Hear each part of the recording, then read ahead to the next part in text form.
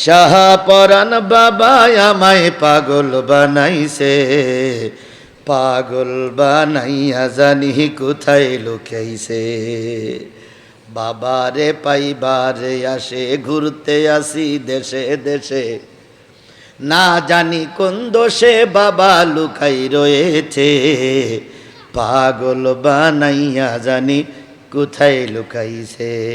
আবার একদল বলতেছে পানির ভিতর আগুন জ্বলে, পানির ভিতর আগুন জ্বলে, ঝড় বাতাসে নেবে না।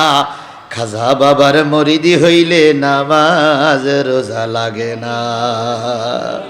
হারাইলাম ধন মানিকি রতন, হারাইলাম ধন মানিকি রতন, আর কি ফিরে পাবো তোমার, তোমার জন্যে কান্দে ভুবন, তোমার তুলনা নাই রে, তোমার জন্যে।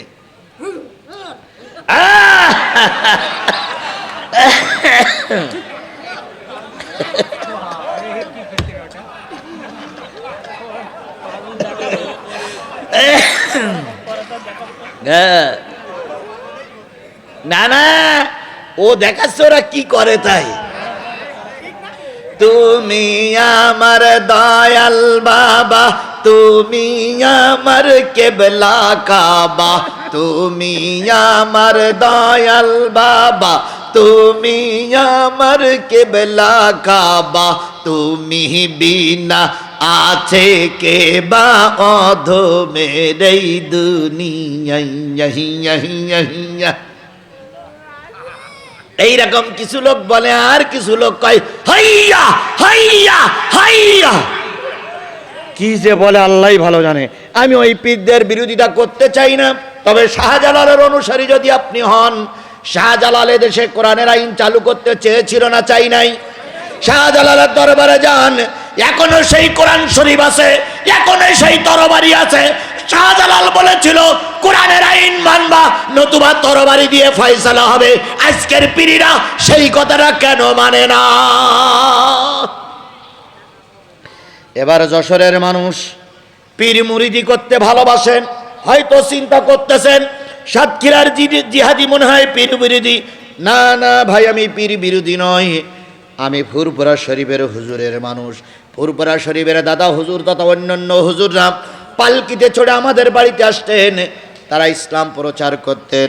আমরা পীর মুরিদির বিরোধী নয়, তবে যে পীর মুরিদি ইসলামের পক্ষে নয়, আমরা তাদের পক্ষে নয়। ওলি আল্লাহর বাংলাদেশ, এই শহীদি গাজীর বাংলাদেশ, রহম করুন আল্লাহ, রহম করুন আল্লাহ। আল্লাহ আপনার প্রেমে শহীদি যারা, আপনার প্রেমে শহীদি যারা, আমরা তাদের বংশধর, আমরা তাদের বংশধর। তাদের মতে তাদের পথে কবুল করুন আল্লাহ, কবুল করুন আল্লাহ। শাহজালালের বাংলাদেশ, শাহ মখদুমের বাংলাদেশ, খান জাহান আলীর বাংলাদেশ, শরিয়াতুল্লাহর বাংলাদেশ। তাদের মতে তাদের পথে কবুল করুন আল্লাহ, কবুল করুন আল্লাহ। লিল্লাহি তাকবীর। তাহলে জাহান্নামের সামনে দাঁড়াই আছে কয় গ্রুপ? 1 নম্বর কি? 2 নম্বর চাঁদাবাজি, গরিবের মাল খাওয়া বাটি। 3 নম্বর দিন কায়েমের বিরোধী শক্তি, যারা দিন কায়েম বাংলাদেশে চায় না। এরা টুপিওয়ালা হোক, বক্তা হোক, মুরব্বী হোক, পীর হোক, ইমাম হোক, জাহান্নামে যাওয়া লাগবে। আন আকিমুদ্দিন ওয়ালা তাতাফাররাকু ফিহে, দিন কায়েমের ব্যাপারে কোনো মতপার্থক্য সৃষ্টি করা যাবে না। কথা বলেন ঠিক যাবে ঠিক? আচ্ছা, আমি 3টে পয়েন্টে আলোচনা করেছি, কারোর কোনো বুঝতে বাকি আছে? এই জোরে বলেন, বুঝতে বাকি আছে? আমি তো বাংলা ভাষায় বলেছি না ইংরেজিতে বলেছি? তাহলে তো বুঝতে বাকি থাকার কথা নয়। সুতরাং আমরা এই 3টে জিনিস মেনে চলবো ইনশাআল্লাহ। তাহলে আর একটা গ্রুপের নাম বলবো বলবো শুনতে রাজি আছেন তো সবাই? এই কালো গেঞ্জি গায়ে দেওয়া মনে হয় রাজি নেই, উনি উঠলেন কেন ভাই? বসেন। একে ঠিক আছে, লাইন ভালো, আল্লাহ কবুল করুক। জি, মোনাজাত হবে, এখনই মোনাজাত হবে। আমি 12টা পর্যন্ত সময় নিয়েছিলাম, 12টায় 10 হয়ে গেছে, আর মাত্র কয়েক মিনিট বলবো ইনশাল্লাহ। ভাই আমি বাংলায় বলতেছি, বুঝতে তো সমস্যা হচ্ছে না। আমাদের দেশের একজন লোক চাকরি করতে গেছে আমেরিকায়, লেখাপড়া বিরাট জানে, 9 ক্লাস কম মেট্রিক পাস, 9 ক্লাস কম মেট্রিক পাস। এখন আমেরিকায় যেয়ে অনেক দিন চাকরি বাকরি করার পরে ওখানে যেয়ে নাগরিকত্ব পাইছে, পেয়ে ফুটপাতে একটা বাড়ি করেছে। ফুটপাতে বাড়ি করেছে, বাড়ি করে উনি ওই বাড়িতে থাকে রাত্রি, দিনের বেলায় যায় ডিউটিতে। একদিন একটু দেরি করে এসে দেখে চোরে ওনার মাল সামানা সব নিয়ে চলে গেছে। আমেরিকায়ও বলো চোর, সবচেয়ে পৃথিবীর বড় চোর হলো আমেরিকার প্রেসিডেন্ট ডোনাল্ড ট্রাম্প। এর চাইতে বড় চোর পৃথিবীতে আর একটাও নাই। নিজে নিজে যুদ্ধ বাঁধাইলো, আবার নিজে নিজে বলতেছে এখন যুদ্ধ শেষ। আচ্ছা, তোর যুদ্ধ বাঁধাইতে বললো কেটা, শেষ করতে বললো কেটা? এখন বলতেছে আমার সঙ্গে ইরানের সমঝোতা হয়েছে, ইরান আর যুদ্ধ করবে না।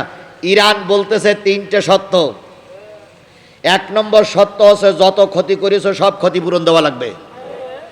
2 নম্বর আমাদের উপর থেকে সম্পূর্ণ নিষেধাজ্ঞা তুলে নেওয়া লাগবে। 3 নম্বর সত্য আরোপ করতে হবে, যখন তখন আর যুদ্ধ বাধাই দেওয়া যাবে না। আমেরিকা বলতেছে বাবা আমার জাতিতে গোটা দেশে তেলের দাম বেড়ে গেছে, আমার লোক গালাগাল দিচ্ছে, আবার যাই দিয়ে ইরান কাছে যাই দেব না, হুরমুজ দখল। ভাই তেলের দাম আমাদের দেশে বেড়েছে না কমেছে?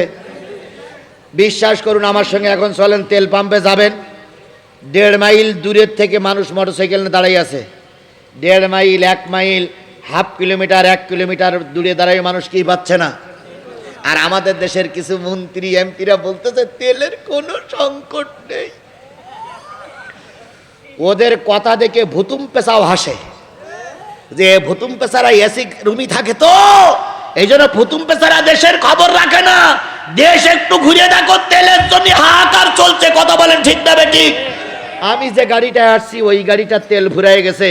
এক পাম্পে যেয়ে বললাম খোকা একটু তেল দিবি, কয় হুজুর তেল তো হবে না, আর হলুস তাতে আপনি যেতে পারবেন না।